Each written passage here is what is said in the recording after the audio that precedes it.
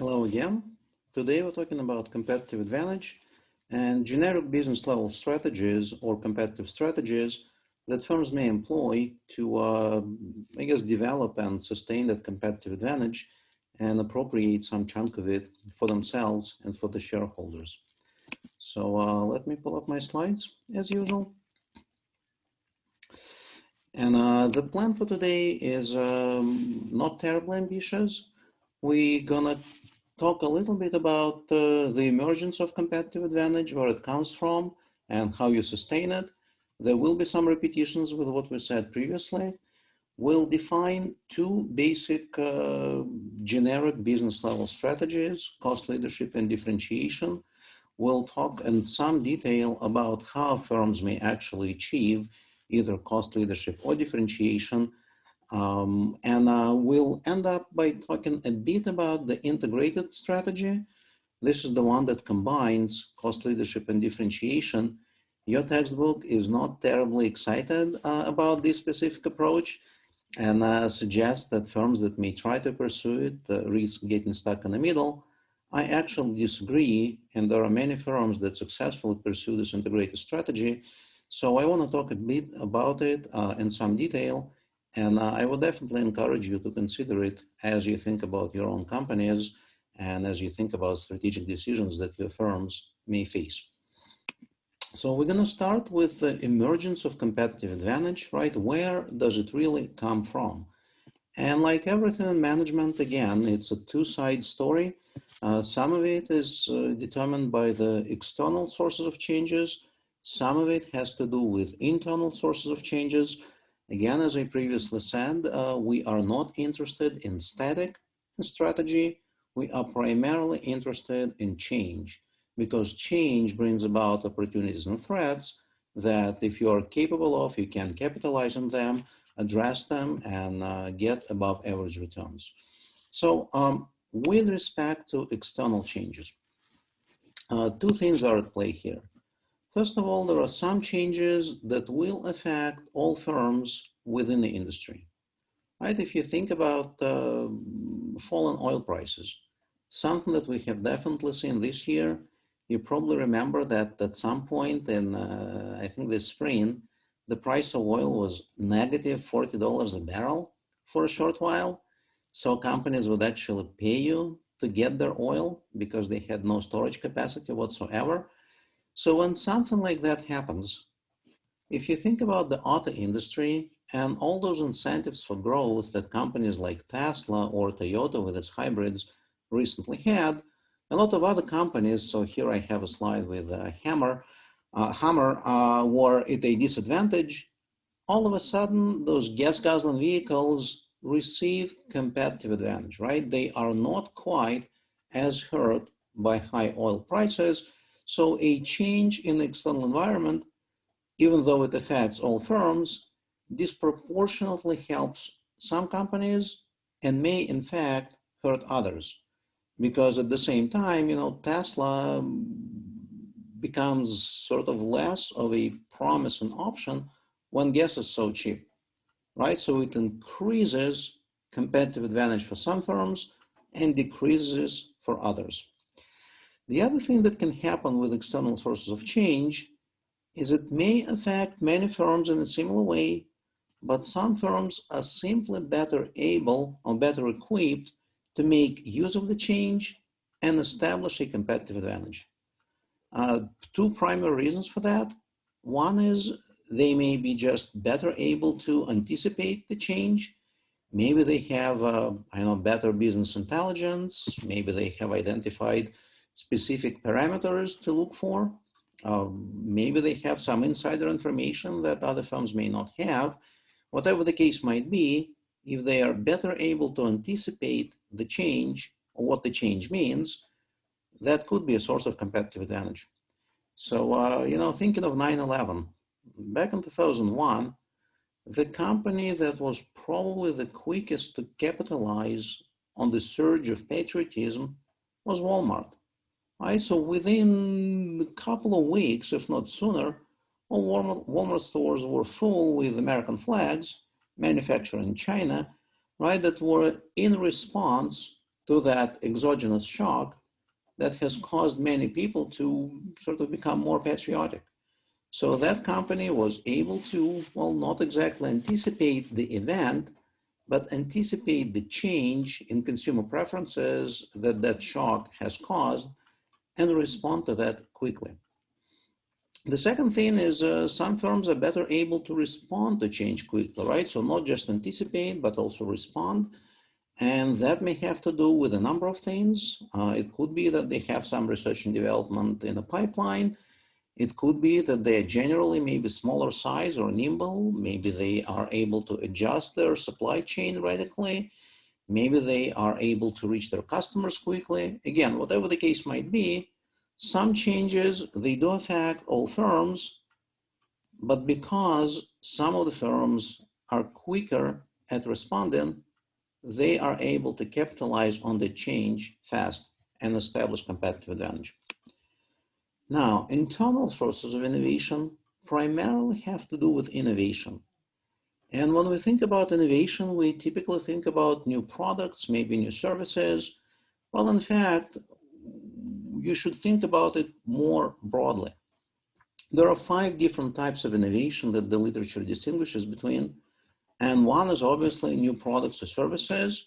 So later on this semester, you'll be doing a case analysis on Juul, right, a vaping device that's an alternative to cigarettes. And that was definitely a new product that has created, I wouldn't say necessarily it has created a new industry, but it was an innovative product that has definitely carved out a big chunk of the market and has made other companies, traditional tobacco companies, seriously consider what to do about it. And I definitely encourage you to look into what happened to Juul and how major players responded to the threats posed by Juul. But so that kind of innovation is definitely something that may lead to competitive advantage.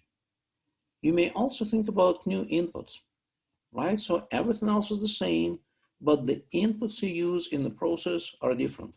I think about biodiesel. Again, something that is quite prominent in the United States. I believe here they make it out of corn. It's definitely very popular in Brazil, I believe, so Latin America generally, less so in the rest of the world. But it's basically a very different input that can be used to exactly the same end in traditional products. So that is another source of innovation. We could talk about new processes.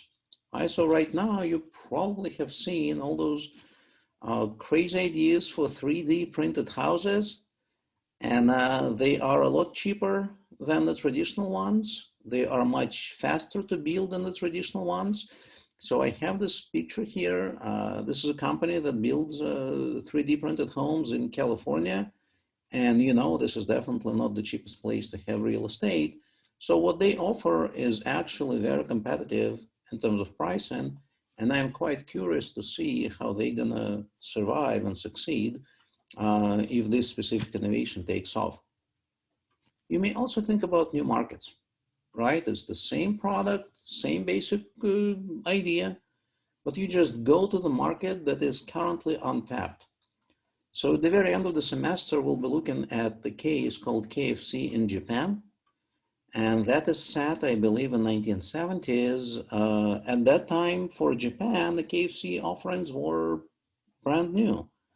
They had to be made some modifications, obviously, to recognize the preferences of the Japanese customers. But, you know, for all practical purposes, this is considered a kind of innovation. And then finally, when we talk about innovation, we may also think about new ways of organizing. We think about Amazon. The main thing that it has created is it reorganized the retail industry away from brick and mortar towards online. There were many companies that followed suit, and you know, companies like eBay obviously have offered something that's even perhaps more radical because they don't own what they sell. But with Amazon, the kind of innovation it created and the way they went about it was actually a very major undertaking at unseating the incumbents in that industry. And look at how successful the company has become. So internal sources of change, innovation could definitely become a source of competitive advantage. The other way of thinking about internal sources of changes and innovation is the so-called blue ocean strategy. And I have mentioned that very briefly, I believe, during the first lecture, when I talked about the sweet spot in strategy. Right? You think about what the customers want, what competitors offer, and what you offer, and you try to find a spot where you can offer something that rivals cannot, that is still desired by the customers. So you try to find this uncontested spot in the market where you can actually make a difference, where you can claim the entire segment to yourself. And to find this blue ocean strategy, you have to find 4 different groups of factors. Some of them are, some of the industry factors that you may need to raise above the industry standards. Some of them you eliminate away completely. Some of them you reduce, and some of them you create anew. Right, so the classic example, I believe this textbook talks about it, and many others as well, is Cirque du Soleil, which has essentially recreated the way the circuses operate. Right, it still positions itself as a circus, but it's much more than that. Right, it has done so much more in terms of creating a show, creating a music program, costumes, crazy acrobatics. And at the same time, they did away with all the animals and, maybe clowns and like other things that have been traditionally associated with circus performance. So you do something like that, you may carve yourself out a niche where your position will be uncontested, where you can get above average returns and sustain them for a long while. Actually, the story with Cirque du Soleil is extremely interesting, and like I wish we had a face-to-face meeting. I could have told you more about that. It was created by a group of Canadian guys, some Guy Laliberté, I believe he was from Montreal. And the very first time when they put the show together, they rented trucks, they drove to California because they believed this is where demand was going to be. They didn't have gas to fuel the trucks to drive back. So it was all or nothing kind of thing. And well, good for them. They survived, they managed. They have created a very successful company, even though right now I believe they are having some major issues because of the coronavirus. Obviously, it meant serious losses for the company. And I don't know if that's true or not, but I heard somewhere they may have filed for bankruptcy. Again, who knows what's going to happen in the future, but if you think strategically about factors within the industry that you may erase, eliminate, reduce, or create anew, you may find that uncontested space where you can develop the blue ocean strategy and enjoy competitive advantage for a time being. The bigger issue then becomes, how do you sustain that competitive advantage? How do you make sure it is not imitated away? And towards that end, you have to come up with some isolated mechanisms, something that will ensure that you claim sort of preference, that you claim monopoly with respect to that opportunity that you pursue. And there are 4 things that you have to keep in mind. And if you're strategic about them, you stand a good chance to prolong, to sustain that competitive advantage. First one is actually quite funny, right? We talk about identification. You want to make sure that no one knows that you do well. And this runs counter to the way many of us think about life, right? If you do well, you want to show off. Well, that's kind of a bad idea. As a company, you want to obscure your performance. This is why there are many successful entrepreneurs.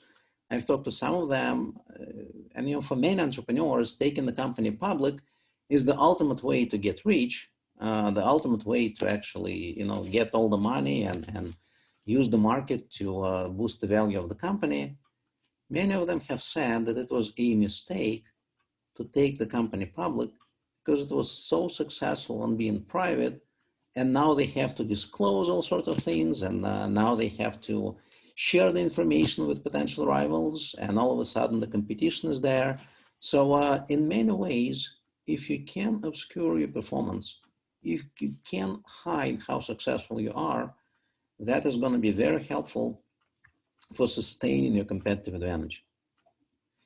The other thing is you have to remove incentives for imitation away from your competitors, right? You may signal your aggressive intentions, something we talked about when we discussed Disney, how they filed a lawsuit against the preschool program in the church basement that painted the characters on the walls, right? So if companies know that you're going to go all out to fight them in case they try to violate your proprietary rights, they will probably think twice about doing that.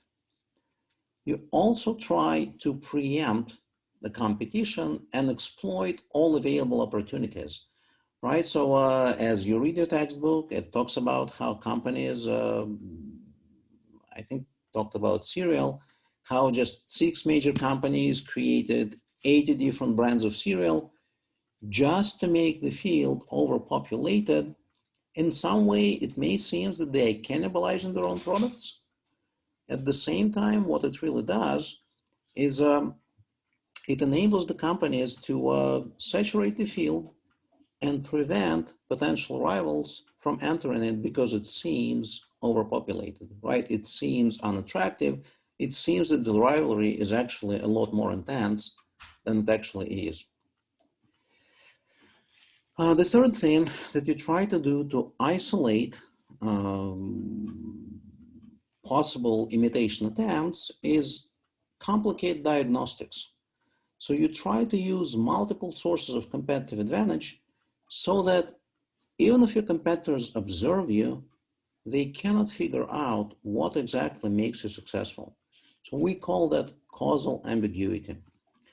Many years ago, when Japanese manufacturers have entered the US market, US customers noticed quite fast that their cars were a lot more reliable, right? So no defects, better fuel mileage, and all of that. And they couldn't figure out how exactly the Japanese were doing it. And obviously, they had their own processes, the just in time, and, the Kanban, Kanzen, all of those systems. The representatives of the big 3 US manufacturers have asked the Japanese if they could tour the Toyota factory to see how those cars are manufactured. To their surprise, the Japanese said, yes, go ahead, spend some time and look how we do things. So the big 3 sent the representatives. They stayed there for about a month, trying to observe everything, learn everything, went back, trying to replicate it. This is how Saturn brand was created, right? They actually even created it as far away from Detroit as they could. The factory was located in California, just to make sure it's not part of the same, labor conditions and labor culture. And still, they were never able to match what the Japanese were doing. At the same time, when the Japanese companies, Toyota, Honda, opened their factories in the US, so Toyota has a plant in Michigan. Honda has a plant in Ohio. So they hire those same exact workers that work for the big 3, and still they are able to consistently outperform the US car manufacturers. Why? No one exactly knows. So this is what we call causal ambiguity. It's not really clear what should be imitated and how, and this is why no one can effectively imitate it. And then finally, the fourth thing that you need to take care of is resource acquisition. You try to base your competitive advantage on resources and capabilities that are immobile or difficult to replicate, right? If it's something that anyone can buy or develop, then your competitive advantage is not likely to sustain. right? This is something we discussed over the last week.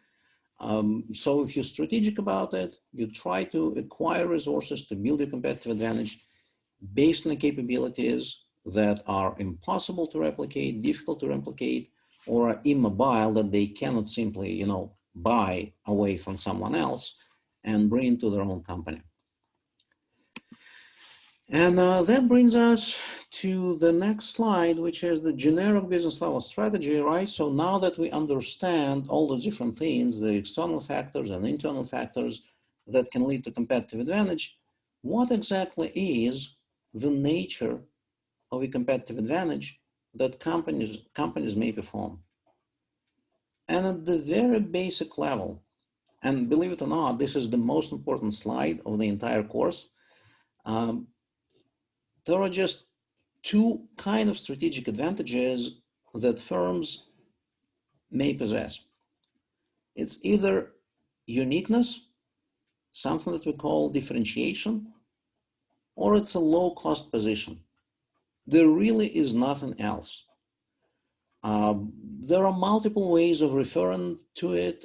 Sometimes when we talk about cost leadership, we talk about doing what everybody else is doing, but doing it differently, meaning cheaper. When we talk about differentiation, we talk about doing different things, right? So not necessarily cheaper, but doing something that competitors cannot do. And no matter how big or small the company is, it will always have this generic business level strategy. It's either trying to be a cost leader or it's trying to be a differentiator, right? Or maybe get somewhere in between. But no matter how big or small the company is, whether or not it thinks about its strategies consciously or not, it will always find itself somewhere in this chart, always. And for that reason, this is the single most important slide of this entire course. So please pay attention to that. And so in addition to differentiation, low cost, we sometimes also talk about serving sort of industry-wide audience or focusing on a specific segment, in which case we talk about focus strategy. And sometimes when we talk about focus strategy, we say that, yes, we do focus on a certain segment, and then we serve all the needs of that segment. I'm not so convinced about that. And the literature seems to be going away from the importance of the focus strategy. In fact, if you read your textbook, they do not emphasize it at all. So the thing that I put in this red oval, so differentiation and cost leadership, that's the single most important thing you're going to get from the course. So how do you become a cost leader?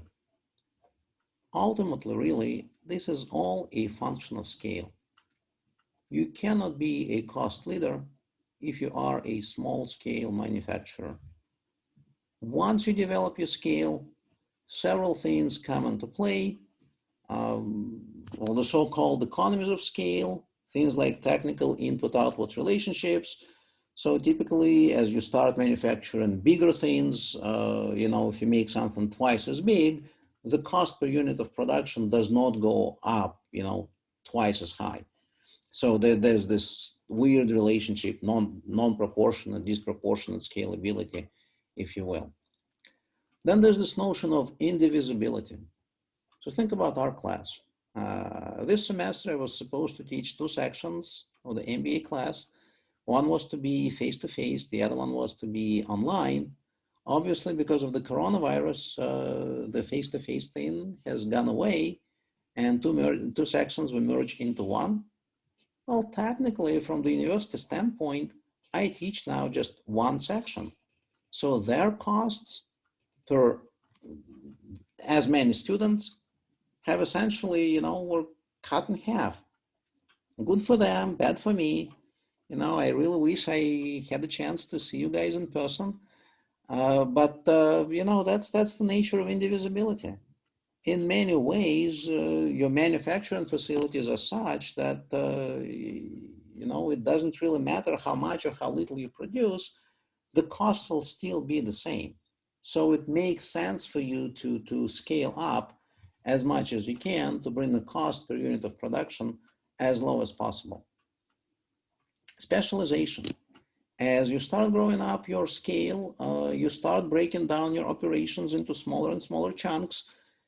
Individuals start specializing in unique operations. Machines start being developed for just one specific thing, where they could be like super effective, super efficient. That helps a great deal. We also talk about economies of learning, and specifically learning by doing. And you know that as well as anyone else, once you start repeatedly doing something, you typically get better, right? And over time, you do things a lot faster, a lot better, far fewer defects, no uncertainty of any kind. And in fact, you soon start operating almost automatically and have the time to think of improvements, think of, maybe some innovations that will help you improve the process even further.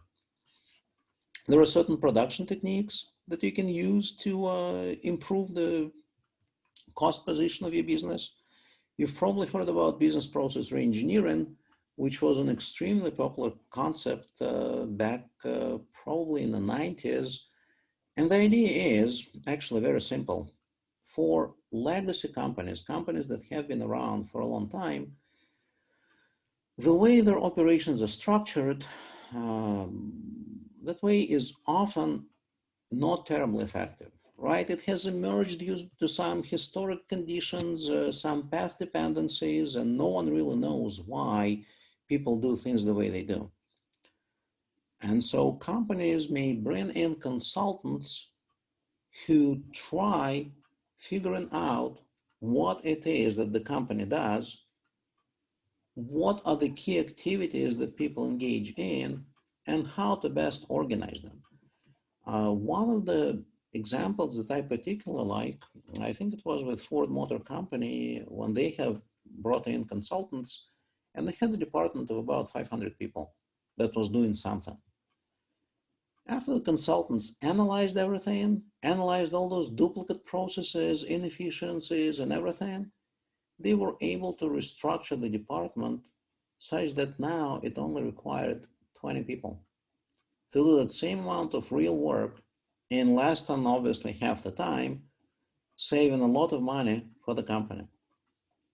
Now, for the individuals who lost their jobs, that's probably very painful. But if you think about the company and shareholders and competition, that's definitely something that should be considered quite seriously. I also told you I sometimes refer to the movies, and there's one movie I particularly would like to recommend to you. It's called Office Space. That's it's kind of an older movie by now. I think probably made in 1999, thereabouts. One of the best movies about how to not run a company. There's a scene there, so it's a fictitious company called Initech, and there are some guys, programmers and consultants come with the purpose of basically downsizing the people. And at some point, they start interviewing individuals, and what emerges is actually quite fine. So, long story short, if you have a chance, please do yourself a favor, watch a movie, one of the best movies on how not to run a company. It illustrates some of the things quite well. There's also a thing known design for manufacture, right? So as you design your new products, you design them with manufacturing in mind. The thing is, if you consider manufacturing as you design new products, you may tweak designs somewhat that would make the manufacturing process a lot more streamlined, assemble a finished product a lot easier, defects minimized.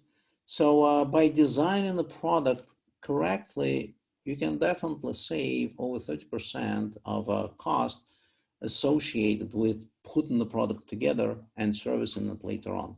So design for manufacture, if you guys are taking any operations management classes, that's one of the topics that could be covered there. If it's not, ask your professor and they will tell you all about that. Capacity utilization. Obviously, you want to make sure that you utilize capacity as fully as you can, especially if your fixed to variable cost ratio is high. You kind of have to produce a lot. Again, this is why scale is so important. You want to be able to adjust your capacity fast and flexibly. Again, another helpful thing. And something that is critically important is you pay attention to input costs. So especially if you try to be a cost leader, right? So you go for the basic quality level inputs. You just try to find them as cheaply as possible. And you know, this is something that where location advantages could come into play. If you know, for some industries, you want to locate next to mineral deposits because this is where they are, right? If you know, if you're in the oil industry, Saudi Arabia has the cheapest cost of extracting the oil, so they would always have that kind of advantage. If you can do something there, by all means. If you try to, if you're in a labor-intensive industry, right? In fashion, you have to sew things together. You want to locate in low-cost labor countries, Southeast Asia, and increasingly now Africa, right? So Asia is becoming more expensive. Asian companies themselves, Chinese companies themselves, are now moving away some of their manufacturing to Africa. This is the last untapped continent where they can get access to high quality and very cheap labor. Non-union labor. So this is why you're going to see that many companies that emphasize cost leadership try to make sure their labor is non-unionized. So we talked about Trader Joe's previously, and you guys read the case. You know, they are not unionized, and the company goes an extra mile to make sure they don't do that, because that is saving the company money, even though they treat the workers better than they could have otherwise. And obviously, issue of bargaining power, that goes back towards 5 forces of competition. If you happen to be in the industry that's highly concentrated and your suppliers are in the industry that is not concentrated at all, fragmented, you may put some pressure and get your labors cheaper. For that, you need the size, the scale, which is, again, why you have to scale up. And then there is also this residual efficiency, meaning that even after we account for all of this, there are still further sort of, you know, reducing of price per unit of production as you increase your output. And something that we still cannot explain really with hard numbers, but that we definitely observe. And the general rule of thumb is that whenever you double your outputs, your cost per unit of production drops down about 20%. In some cases up to 30, but so the rule of thumb, 20%, which is why managing, so going after cost leadership strategy is effectively a question of managing your scale, of scaling up as much as you can. There's also some implications for cost analysis that you can find in the value chain approach. I will not necessarily go over this picture. It's kind of too involved and complicated, so I would refer you to a textbook. The idea here being is that, you know, as you think about the value chain, specifically inbound logistics, maybe some of the manufacturing, outbound logistics, there are things you can do to decrease the costs of each of those operations. For instance, you know, like if you want to get your inputs at lower price, you have to buy in bulk, you know, that will, again, so scaling up and putting pressure on your suppliers. The only thing I want to say here to you guys is that this may be true. This may enable you to get lower prices, but at the same time, it increases the need for storage for you. Storage costs money, you know, products get, or you know, inputs get damaged, in the process, they get obsolete, conditions change.